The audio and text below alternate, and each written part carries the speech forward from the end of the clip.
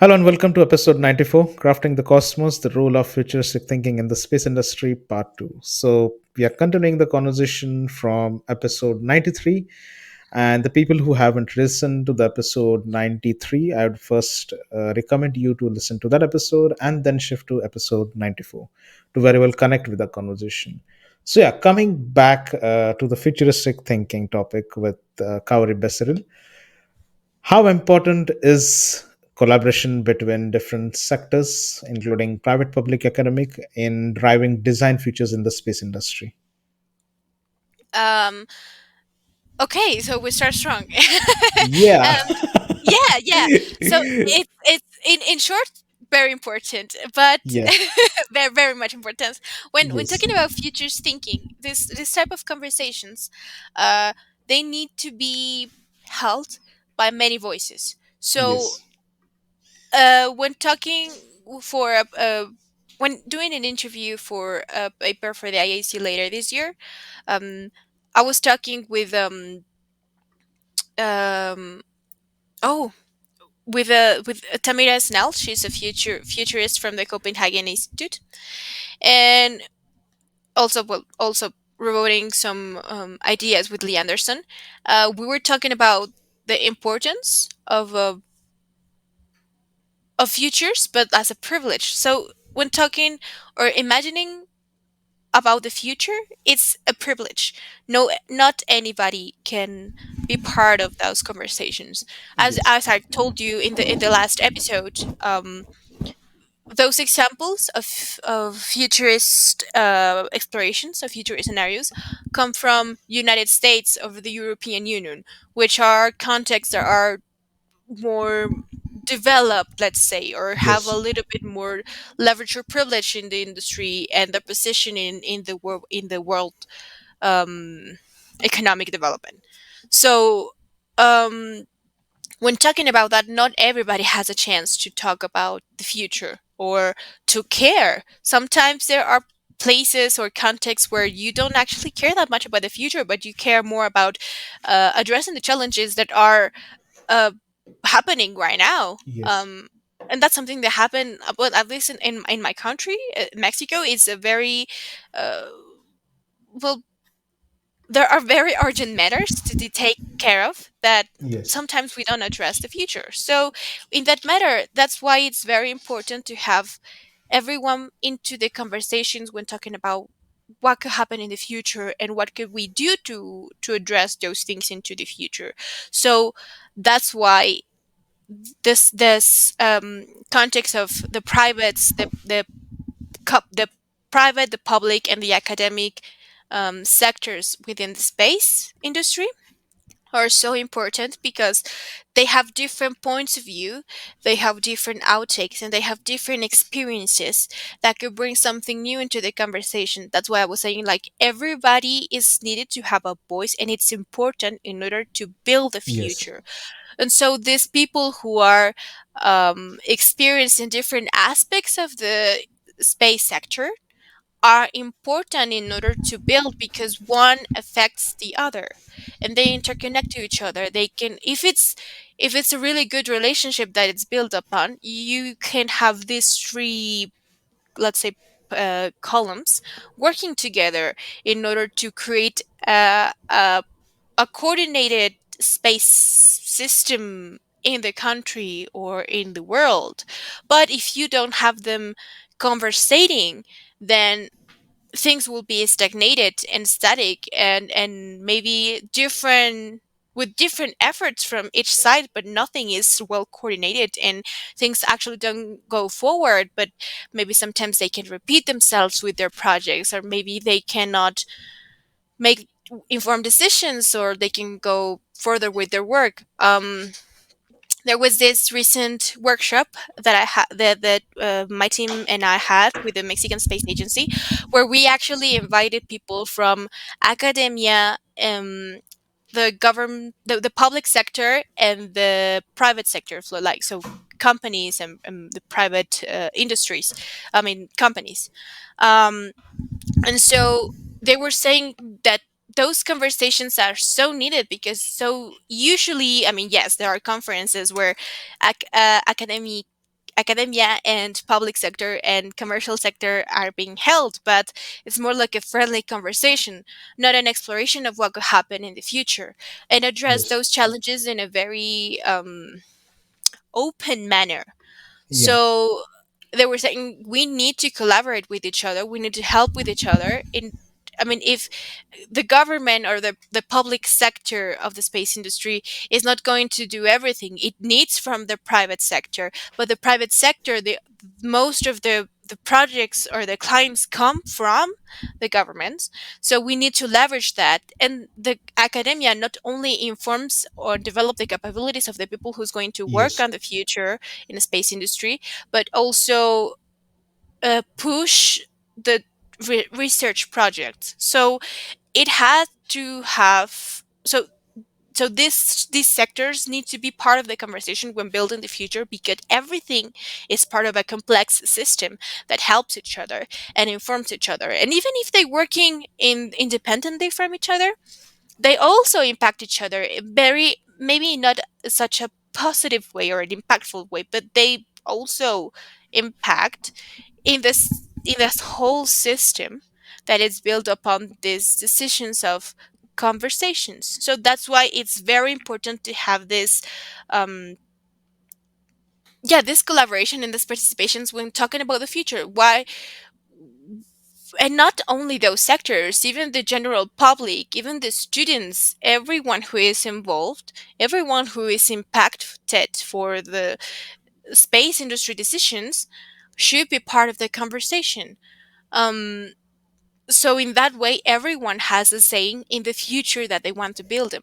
It's so important for everyone to be part of mm, making everything happen. So yeah, it's pretty much, it's critical, it's very critical to have this. So sometimes these conversations are being held only in academia, or sometimes it's only held by government institutions, when actually everyone should be part of that. I mean, Yes. you and I should be part of that. We're part of the world. We're part of the Absolutely. space industry. Why shouldn't we have a voice? And Yes. why shouldn't all the experts be part of those conversations? It's so important. Interesting. Yeah, and a little bit stepping ahead, I would say again, this topic, or the question that I'm going to ask related to this topic, this can be a complete different podcast as well. But yeah, you can see how you can crunch up the information and present it. So in general, we are seeing a way of AI and machine learning. So can you tell us what role these technologies play in future of space exploration, and how do you see the role of humanity in future space missions, and in terms of influencing the design decisions? Uh, okay. Yeah, it's a big topic. um, Yeah, but uh, even you can see how you can answer it, in a brief manner, because of course, I mean, I'm happy to do a few more episodes with you in the future on this specific topic as well. yeah. Okay. Okay. Definitely. That me as well. I mean, this is very Yeah. fun. This is very interesting to have be part to take part in. So well, this is I have to be forward with this. This is from my perspective. This is not Yeah. especially what I think everyone's think. Oh, this is not going. This is what I think of the future could look like, but not. I'm not predicting anything. It's just what from Yes. my consideration and from my opinion. So I want to make that clear. So because future thinking is not about prediction, it's more about exploring the Yes. possibilities. So I'm just gonna throw some ideas from things that I've observed. So from the conversations that I've had, AI and machine learning, of course, is shaping the global world. Well, global world, yeah. Um, right now. So it's changing the way we think, it's changing the way we work, it's changing the way we address challenges. I mean, ChatGPT is my best friend right now. So I agree. It's everyone's best friend at the moment. yeah, so it's Yeah. it's influencing at the moment when we are doing works for, like, Yeah. those more I don't know. Personally, I'm not a very good. reductor in Spanish, so I definitely use ChatGPT for that. But it already is affecting. So if we go further down into the future, there has been conversations about maybe using AI pilots that drive that those are the ones who are driving the rockets or the spaceships Yes. into the into the moon or further down to space, um further up, not down, sorry. So yeah, I mean, the way we develop technology, the way we think, the way it's informed, the way we can address or use, maybe it could potentially drive the development of new technology because we have the information more at hand that we had before with like usual internet or usual searchers about what has been done in the past, and the connections could be happen way more faster between possible solutions for different challenges. Yes. uh, so I would say, even if we are right now in an accelerated time where the eras are going shorter and shorter and shorter, I think that AI and the machine learning is going to exponentially increase the uh, velocity that this uh, digital innovation is going to create. But then again, what would be the impact uh, if we grow that rapidly with the help of these technologies? What would that mean for the development of the world? What would that mean for the sustainability? Would we go to the, you know, capitalistic point of view where it just consume, consume, consume, consume, consume in a very more rapid way? And new technology, and how are we going to end up with all the resources in the world? And are we going to be starting then uh, using the resources in space to eat, or not to eat, but um to bring into this rapid development that we're having on earth? Or if we are going to be aware of it, and AI and machine learning is going to be taking a crucial role into developing new systems or new society, new cultural ways of thinking, to be more mindful of the resources, and are we going to be Yes. more harmonious with our environment? So I think AI and machine learning are going to be uh, impactful in a way that are going to be tools that are going to make things faster. And this Yes. acceleration, what's going to cost in the future, I have no idea. Many things could happen, and risks and opportunities, and it depends on us. What way can we are we going to be using these tools to further develop or build our future? So yeah, I don't know. I'm I'm already building so many things, scenarios in my head, like what's Yeah. going to happen. Um, oh my God, yes. Interesting. You know, have you seen those memes where Yes. the Vietnam War happening in your head, Yeah. like many images, and like hair, like Yeah. in your head, like, so what is happening? Like so many things can happen. Yeah. I'm not sure the managing of the data, how important is going to be the data. Interesting. Are we going to be just sharing our information, our personal Yes. information, and just become part of this big machine that fits the data, and we're just the consumers and the products at the same time? As well, we already are kind of right now the products and the consumers. um, but how is that going to affect further down the line in the space exploration? Well, not only in the space exploration, but the humanity in space, uh, cultural and societal structures. I mean, what would happen if in the future, I don't know, imagine there is already a society Yes. developed in the moon? What would that connection be? What would be the structures, and what would be the societals and the economic part of it? And how these machines or these tools are going to be informing those new societies or new values Absolutely. into the culture? So uh, even if there is, mm, I always bring back, when I think of those things, I always bring back into the culture and the human aspects of it. So yes, there is a development of new technology, and that could be a very interesting conversation of the possibilities of what could that end up. But at the end, that technology is to help us. That will supposedly that technology impact Absolutely. directly into their lives. So we can see it then in the human interactions or in the way we think about the world. Um, right now, there are people who will prefer to talk to a machine than to talk to a human being because it's Yeah. easier. So then what happened with the people in the future in the space exploration? Maybe oh my god. Yeah.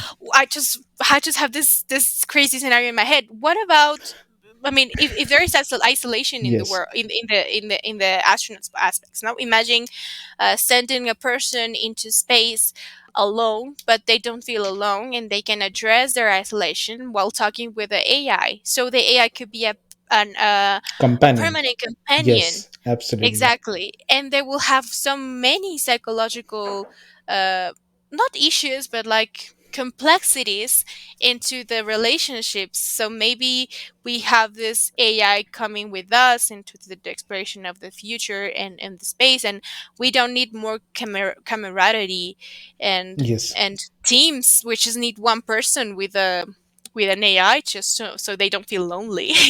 and absolutely. and that's it. And I don't know. It's just I'm just bringing it out, And putting it out there. absolutely. And I think this is the, I mean, I would say a final question in this round, but we still have one more question left.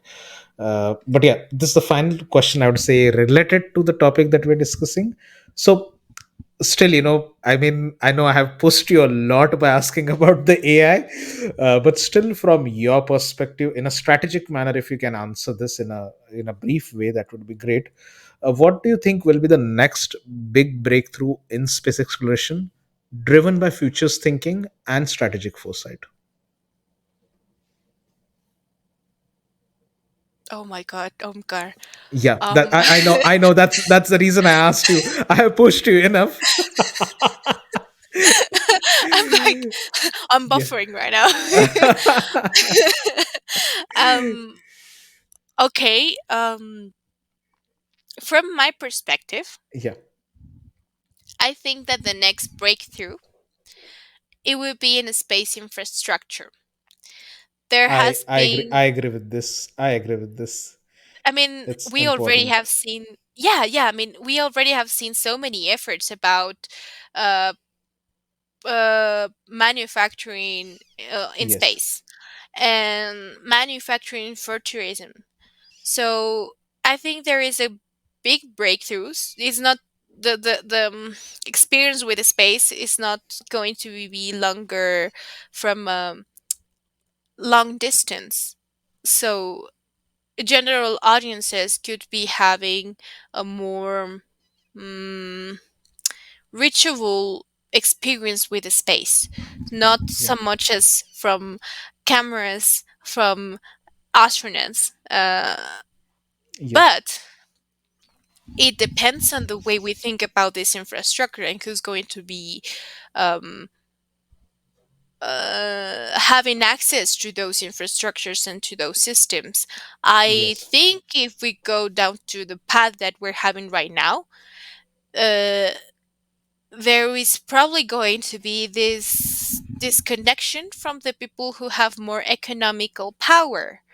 So this is just a few an scenario Yeah. that I'm putting out there. What if these space infrastructures in 60 years are going to be holding the economical power? No, how can I say it in English? So sorry for my English for all the listeners. I'm so sorry. No issues. No So issues. We all are learning every day. That's all right. yeah. I'm living in France and I still don't know French the way it should be known for 7 years. Can you imagine? So it's absolutely fine. Oh, well, you're already handling too many languages.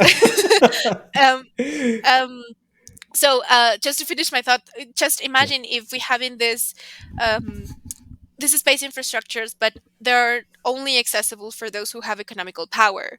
So what would do into the in the systemic approaches of the society? How will that work? Would it increase um, disconnection, or will it increase the gap between the different, I would not say classes, but the economical classes? So the people who have more power will have more power, and now that they are in the space and they are living in a very perfect environment, sustainable in the space, will they not care about the earth? And the people who are less they don't have that much economical power, will they stay on earth and will be and since the earth is not serving the sustainability aspects, and that sustainability is only Yes. available for the economical class that has a higher power, then the let's say the less empowered people are going to stay in the earth and getting all the natural disasters of the outcomes of this Yes. disproportional growth. Is it going to be that happen, or if the space infrastructure is actually going to help develop sustainable habitats and a more mindful way that we relate into the nature, into in earth? I don't know. That's something that could happen. So Absolutely. yeah, you see there is a different aspect. So yeah, the next big thing, it could be the space infrastructure, but how are we going to address and how are we going to respond to the development of those space infrastructure, also informed of the possibility of our futures? It could be Yeah. a dystopic future, as I said, like up and down, Down. and the Yeah. Yeah. uppers are just having the time of their lives, and Absolutely. here down people are having poverty and and natural disasters and contamination and all that stuff? Or are we going to be harmonious with the world, and we're going to be having a perfectly handle healthy balance with the relationship that we have with earth, and in that way we're going to bring that mindset into a healthy, sustainable, um, mindful way, relationship with not only earth but with the Yes. moon, with mars? Are we going to be aware of that or not? So I'm really interested into the societal structures and values that we're going to build when doing this technology, which Interesting. in the end, that's what I was saying, like at this development, all eventually it will impact us in the way we relate to each other. So Yes. that's why it's very important to be mindful of what's actually development, what are we going to develop, what are we going to build, and what it's worth of building and what's not worth it. And yeah, there is Yeah. this, just to finish everything. um when I was learning about futures thinking, I have this interesting conversations with one of the participants of a workshop uh about the future, and they were saying that ancient pre-Hispanic cultures used to have this mindset of seven generation mindset. I'm repeating words, sorry. So they have this way of thinking, this culture of every decision that they make, they will think of the impacts that it will have On the seven in their generations. Okay. going forward. Forward, yes. Yes, so they probably were not going That's to meet. yeah, Yeah, that's futures thinking. Yeah. yeah. So yeah, exactly. It's Yeah. how the things that you're doing right now is going to impact generate seven generations down into the future. Yes. No, up into the future. Yeah. Absolutely. That's a great example that you mentioned. So yeah, I mean, over the course of the conversation in both the episodes, I think there are several of the questions which have popped up, and I really hope to record a few more episodes with you in the future on these questions. Maybe whenever you're free after the ISC and all, we can definitely try to catch up again and see if we can try to come together again and record the few more episodes. Apart from this topic, this last question is not related to the futures thinking, but it is for the people who listen this to this podcast. Like apart from the industry audience, There are several of the students, research scholars, or even the people who are already in a working professional career but are trying to make their way into the space industry. So, from your perspective, related to the kind of work that you do at the moment, Kauri, what is your message for the people who are trying to make their way into the space industry, especially related to the vertical in which you are working in at the moment, that is design, futures thinking, and related to anything related to that? Um, I would say to connect as many people as you can in the context that you like. So, um, the opportunities will turn up at any moment if you're very if you're very looking forward to be part of the space industry. I know that for creatives sometimes it's complicated since we don't have um, an established position as many other technicians already have. That it's a very much more competitive way to enter into the space industry, but there is a place. From the creative disciplines, it's a bit harder to be included into the conversations because sometimes um, the industry or people in the industry it's difficult for them to see your value or what you bring into the table, and that could happen with many careers, not only the creative ones but Yes. not the usual not technical careers that are related to space. So the best thing or the best way to go for is about connecting with people. um, you have no idea how many projects I have been part of just by connecting. And yeah, the networking part that everyone say like, oh, it's so boring or it's so hard to go out and speak to people. I know, I am aware, it's not easy, but when you connect with like-minded people in the industry that you want to be part of, it makes such a difference Yeah. because not only you brainstorm ideas or share thoughts of what could happen. You can also end up building a new project, a new approach, a new innovation, a new future um, from those conversations. So that's the most important thing that I've gotten of had that have helped me to develop my career is to through people, the Yes. connect with people, and at the end what you're going to do for space is for people. So Yes. these connections, these relationships that you're built are so important from the strategic point. Professionally, networking Is is the core. necessary. Yeah, Exactly. I agree with that. Absolutely. And especially because the space community is small, Yes, everyone knows absolutely. each other. Yeah, yeah. Everyone, like people sitting in Australia and Tonga knows the people sitting in Canada and Norway. So everyone knows everyone. It's a very small industry. I agree with this. So yeah. Yes. Yeah, and also, well, I will suggest embrace this mindset of futures thinking in order to collaborate across disciplines, not only stick to the things you know, Yes. to the things you think. Question yourself all the time. Maybe what you know is not enough. Maybe what you know, something is going to change. Maybe just question yourself, question the system. I'm just going very revolutionary here, like question the system. But yeah, if we Yeah. want to make a change, if we want to make an impact, if we want Yes. to build a future, a different future, we need Yes. to question. So Absolutely. um, this is more of an insightful kind of way when you're already there in the industry or when you're already building your future or the future. Be Absolutely. mindful of the decisions that you're making. So connections and like that. So the connections from external part and the mindfulness from the internal aspects, I would say. Yes. That's Interesting. Thank you very much, Kauri, for such insightful conversation, and the final message as well for the people who are trying to make their way into the space industry or who are already present in the industry and trying to catch up to the level where things are happening on a professional circuit. So I really hope to record a few more episodes in the future with you, as I mentioned.